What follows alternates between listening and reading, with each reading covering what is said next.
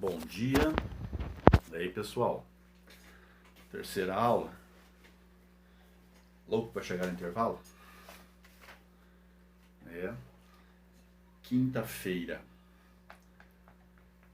Aula nossa, aula 27. No seu resumo, página 318.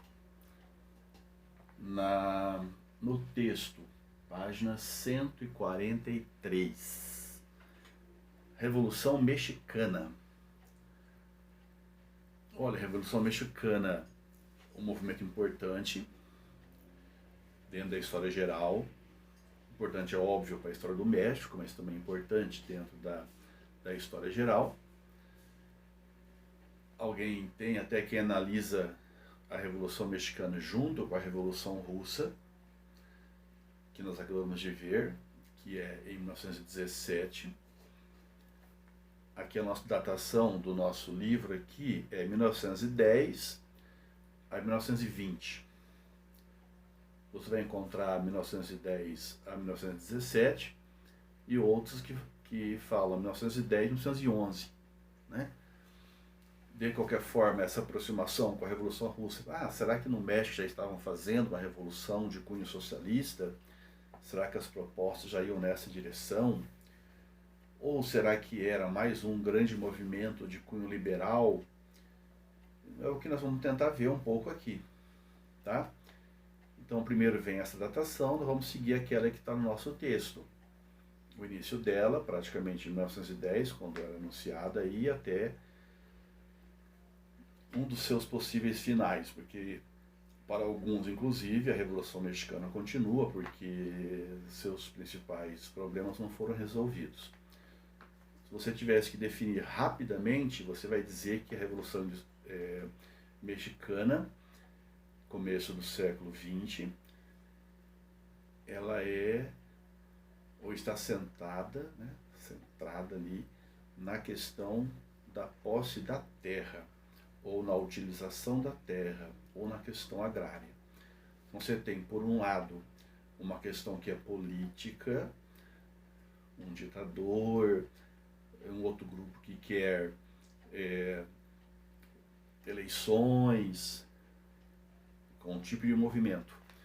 Do outro lado, os camponeses, a maior parte desses camponeses são de origem indígena, querendo a terra. Isso tudo junto vai virar revolução. Com esses detalhes, você vai conseguir entender e até responder a maior parte das questões que apareçam sobre a Revolução Mexicana. Então vamos lá. Seguindo o esquema que nós temos, não o que eu enviei, mas aquele que eu não enviei, esse aqui, do caderno de atividade, 318, caderno de resumo aí, em classe, tá? Primeiro ele faz a referência à independência do México. O México ficou independente em 1821, portanto muito próximo do Brasil, que foi em 22. Também interessante que o México faz a independência e coloca também uma monarquia, como o Brasil colocou, só que a nossa foi imensa, né? Durou muito tempo. A monarquia mexicana de 1822 a 1824 só, com o Agustín, né? Primeiro, no caso, primeiro e único. Bom, o México, pós-independência, como a maior parte dos países da América Latina, instabilidade, não só econômica, mas política, disputa entre os chefes locais, muitos desses se tornam governantes, os caudillos ou caudilhos, como alguns gostam de falar. A parte que mais nos chama agora aqui é o segundo item aí.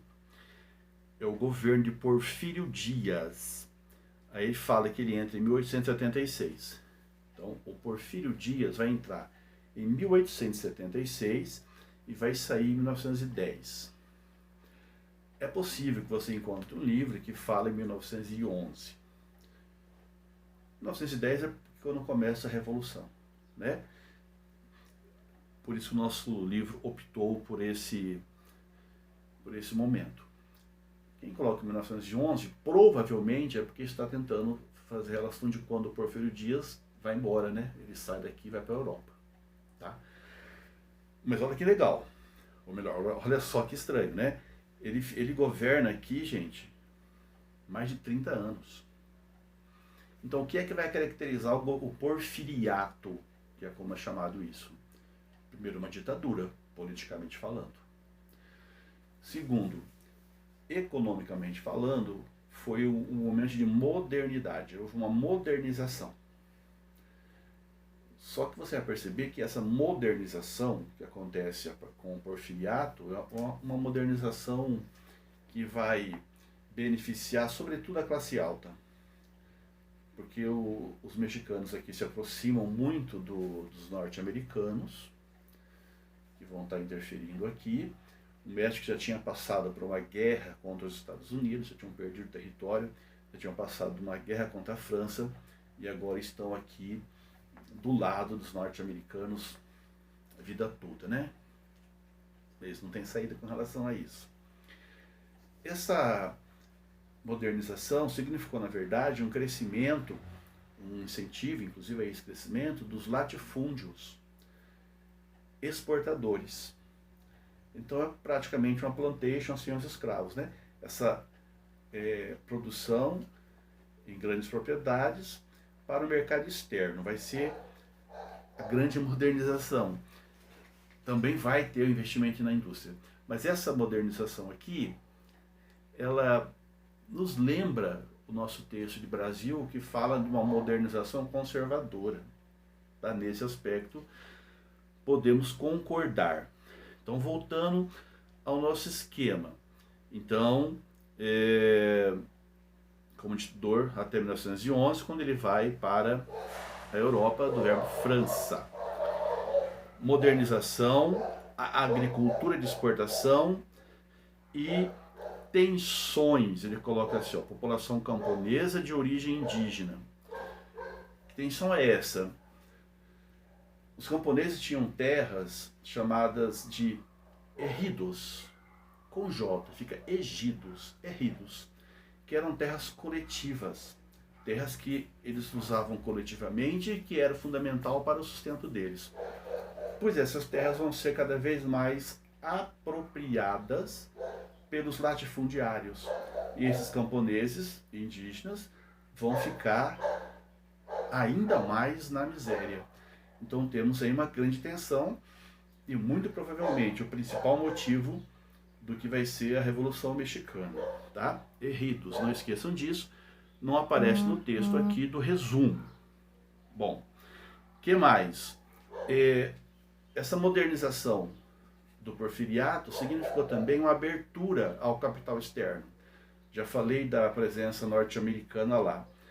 Essa abertura ao capital estrangeiro, sobretudo norte-americano. Mas também significou a construção e investimento em estradas, como ou ferrovias, melhoria dos portos, mas tudo pensando que eu tenho que levar os produtos, então eu tenho que ter estradas boas, portos, poder levar. Então, modernização mais uma vez, mas ainda dentro desse viés mais conservador. Mas o México está aí, está enriquecendo. Bom, nem todo mundo concordou com tudo isso que estava acontecendo. Então nós teríamos eleições, elas são convocadas aí em 1910, né, vão acontecer em 11. E nessas eleições, quem é que vai concorrer? Porfírio Dias, de novo. E aí, um outro latifundiário, chamado de Francisco Madero, não concorda. Apesar de ser latifundiário, o Madero ele se identificou e se uniu a setores urbanos da cidade do México. Porque ele falava assim, nós queremos eleições livres e constantes, nós queremos alternância de quem governa, queremos voto secreto. Então veja, ele está propondo aqui propostas de cunho liberal. Acontece que as eleições vão ser realizadas e quem é que ganha? Não, não é o Madeiro. Quem ganha é o Porfírio Dias de novo. E o Madeiro fica revoltado. A revolta dele faz com que ele seja expulso. Tem texto que fala que ele se exilou, tem texto que diz que ele foi preso e depois recebeu uma anistia, né, liberdade condicional. Pode ser que ele foi embora. E ele vai para os Estados Unidos, se não me engano, fica no Texas, mas ele não desiste. Ele convoca a população a uma revolta. E essa revolta vai ser iniciada, vai acontecer com o apoio não, com a participação efetiva dos camponeses. Então você vai ter um grupo ligado a essa proposta liberal e os camponeses que vão entrar na luta pela questão da terra. Então você vai ter aí na sua segunda bolinha ainda, onde nós estamos, Madeiro deu início ao movimento que seria a Revolução Mexicana. Nós estamos então aí em novembro de 1910. Seria uma revolução social? Seria uma revolta liberal? O que seria isso? Os maiores, ou os nomes bem lembrados dessa revolução, aparecem em algum canto aqui. No final da próxima, quarto item. Emiliano Zapata, do Sul, e o Pancho Villa, do Norte. Então o Pancho Villa vem com o seu exército do Norte, um exército heterogêneo, né? Assim, tinha pessoas de tudo quanto é jeito ali, tinham agricultores, tinham mineradores, desempregados, fora da lei, tudo lá. Mas com muita agilidade, muita vontade e tal. Um pouco de disciplina. E o exército do Emiliano Zapata, que era sobretudo formado por camponeses do Sul. Um de cada lado. Se fosse do mapa, né? Baixo para cima, cima para baixo, mas o mapa não tem isso e nem a Terra é plana, tá? Bom, o que temos a partir daí? Na 1, 2, 3, 4, na quinta bolinha já pula para 1917. Então antes, vamos tentar ver aqui, para não ter confusão na sequência. O Porfiriato, 1876 a 1910. O Porfírio Dias foge com a Revolução. O Madeiro assume, então nesse processo revolucionário, o Madeiro assume a presidência, ele volta dos Estados Unidos, mas dentro da pressão e dentro da ação dos camponeses e dos exércitos do Villa e do Zapata, quando o Madeiro assume, ele vai dizer assim, olha, conseguimos, né? É isso aí. E os camponeses, não, isso aí como? E a terra? E a reforma agrária? E como é que fica isso? Então o Villa e o Zapata não gostaram dessa ideia do Madeiro não e se voltam contra ele. O Madeiro vai acabar sendo assassinado em 1913, do Verbo morreu, e entra um general, o general Huerta, Vitoriano Huerta. Veja, o Madeiro, para tomar o poder do Porfírio, se aliou aos norte-americanos. Agora, o Huerta também se aliou aos norte-americanos. Todos eles estão governando, tem os norte-americanos como aliado, enquanto convém, depois não. Mas esse aqui fica pouquinho tempo, fica praticamente de 13 a 14, tá? Também não consegue pacificar, vamos dizer assim, o que acontece no México. Tanto que em 1914 tem aí o encontro de Villa e Zapata no México. Vale a pena você dar uma olhadinha aí agora, nesse momento do Verbo, página 144. Lá na página 144, você tem uma fotografia, eu vou mostrar aqui porque você tem aí. E ela é icônica, ela é maravilhosa, então ela coloca aí, ó. Então você está olhando, quem está sentado aí bem ao centro é o Pancho Villa, e quem está à direita, nossa, de quem olha, à esquerda dele, o Emiliano Zapata, com esse chapelão aí no colo. E eles estão lá no palácio e tal, me parece um pouco incomodados, assim, né? Estão disfarçando uma certa Tranquilidade que não parece real, né? Cara, essa foto é o marco. Eles estão lá. Então, para muita gente, seria o momento da revolução social. Agora eles se unem ali e vão dar um caráter mais à esquerda da Revolução Mexicana. Só que não. Depois disso, eles praticamente não se veem. É como se o Pancho Villa voltasse e vai administrar lá, fazer o norte, e o Zapata vai fazer o mesmo no sul. Sendo que o Zapata vai ter praticamente esse ano todo, com uma certa tranquilidade ali, que o governo vai centrar forças no ataque ao Zapata, ao Villa, inclusive com o apoio norte-americano, né?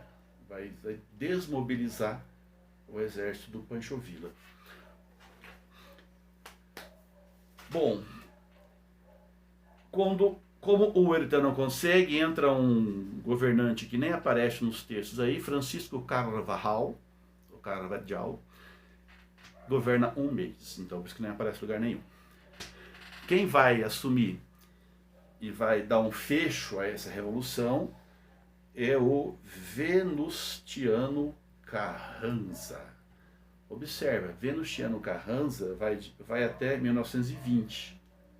Então ele pega no final aqui, no governo anterior, ele fica até 17 como governante, depois tem a eleição e aí ele é eleito mesmo presidente.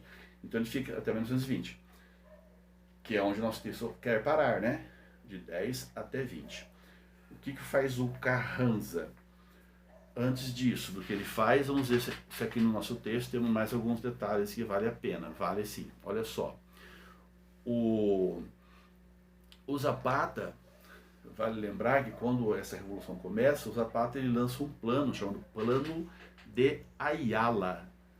O Plano de Ayala tem caído aí no vestibular, que é justamente a proposta dele. Entre elas está justamente devolver os ejidos ou ejidos para os camponeses. Em outras palavras, fazer distribuição, inclusive, da terra, e não só desses ejidos. Vale lembrar, então, o Ayala. Ocupam o México e tal. Então temos... Vamos para ele, então, o Venustiano Carranza. Ele faz uma constituição. Então veja, o que era um tal, e aí indo para a esquerda, e agora voltou de novo para o centro. Uma constituição, é uma boa ter, vai ter aí leis trabalhistas, vai falar em reforma agrária. Então, principais seriam características dela. Ela é liberal, só que ela não dá ainda direito de voto às mulheres ainda não. Fala do direito indígena sobre a terra, só que isso não é colocado em prática, e quando não é colocado em prática o pessoal se revolta de novo, só que o ímpeto será outro. Tá? Mas vai ter aqui salário mínimo, vai ter que ter jornada de trabalho de 8 horas, descanso semanal remunerado, férias. Olha só, na Constituição de 17, coisas que o Brasil vai conseguir só lá no governo Vargas, nas leis trabalhistas. Então, um dos resultados, ou o principal resultado dessa revolução vai ser justamente o ganho dessas leis trabalhistas aqui pelos mexicanos.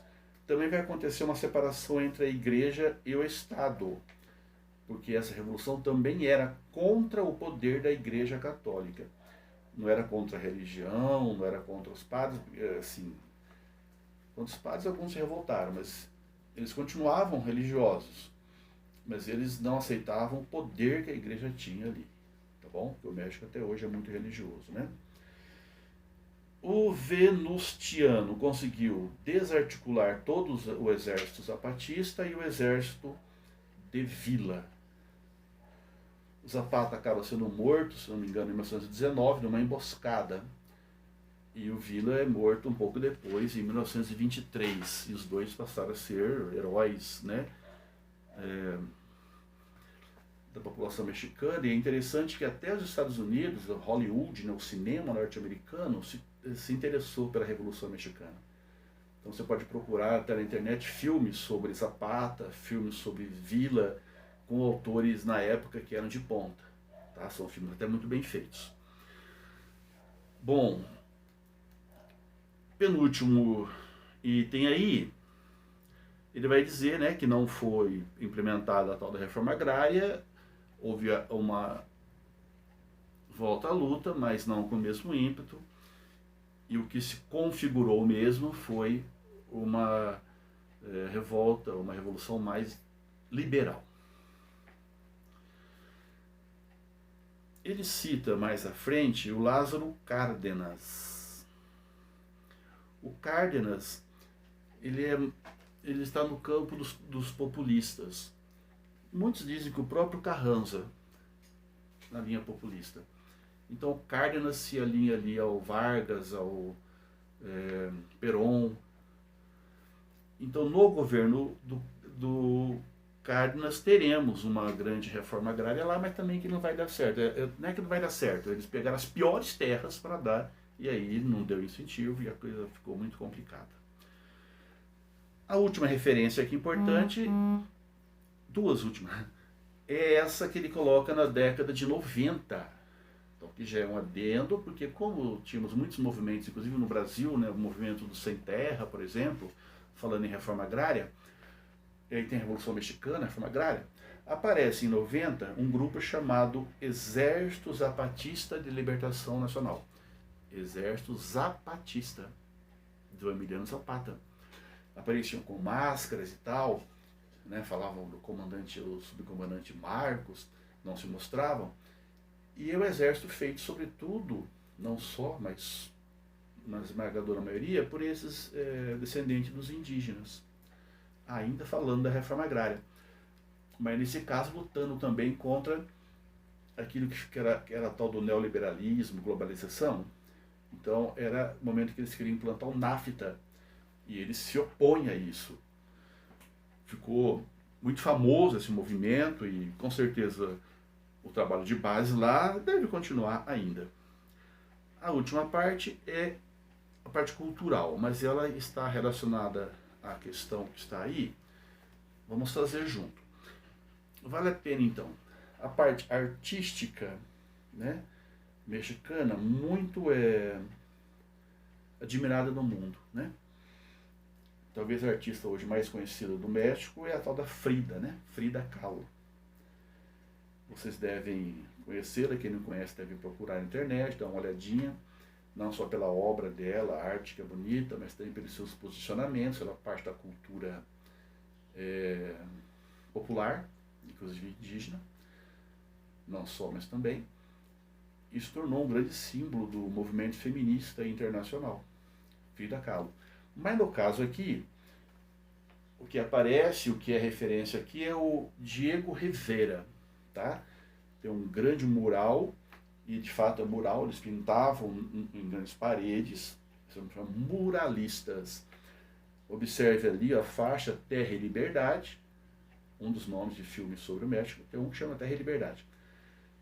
E bem ao centro aparece ali o Emiliano Zapata, de chapelão e bigodão. Do lado dele um operário, mostrando com o dedo um caminho. Talvez uma referência, né, que agora o caminho não era só o caminho rural dos camponeses, mas o caminho da revolução operária. Pode ser isso, não sei, é uma interpretação. Tá? Esses artistas vão ajudar a moldar uma identidade nacional no México. Primeiro, para uma narrativa oficial. Os governantes mexicanos vão todos eles dizer assim, ó, somos descendentes, né, daquela Revolução de 10. Como se todos eles tivessem alguma coisa a ver com aquela revolução, porque eles querem ganhar o apoio popular, obviamente. Inclusive o partido, né, o PRI, que é o nome do partido revolucionário lá, o institucional, né, ficou no poder durante muito tempo. Então a importância dessas obras que se preocupavam em trabalhar a memória dos principais líderes da Revolução. A primeira pergunta está aqui, eu vou mandar para vocês a resposta, mas olha só. Estou vendo o horário ali, está quase na hora.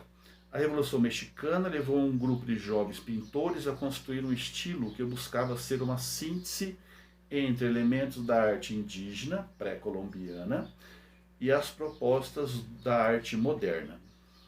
Identificada com os ideais da Revolução, seria executada em grandes murais, muralismo, nos edifícios públicos, por isso ficou conhecida como arte muralista. A temática remete à história dos últimos séculos. E aí tem duas gravuras. Uma que mostra o Porfírio Dias pisando a Constituição.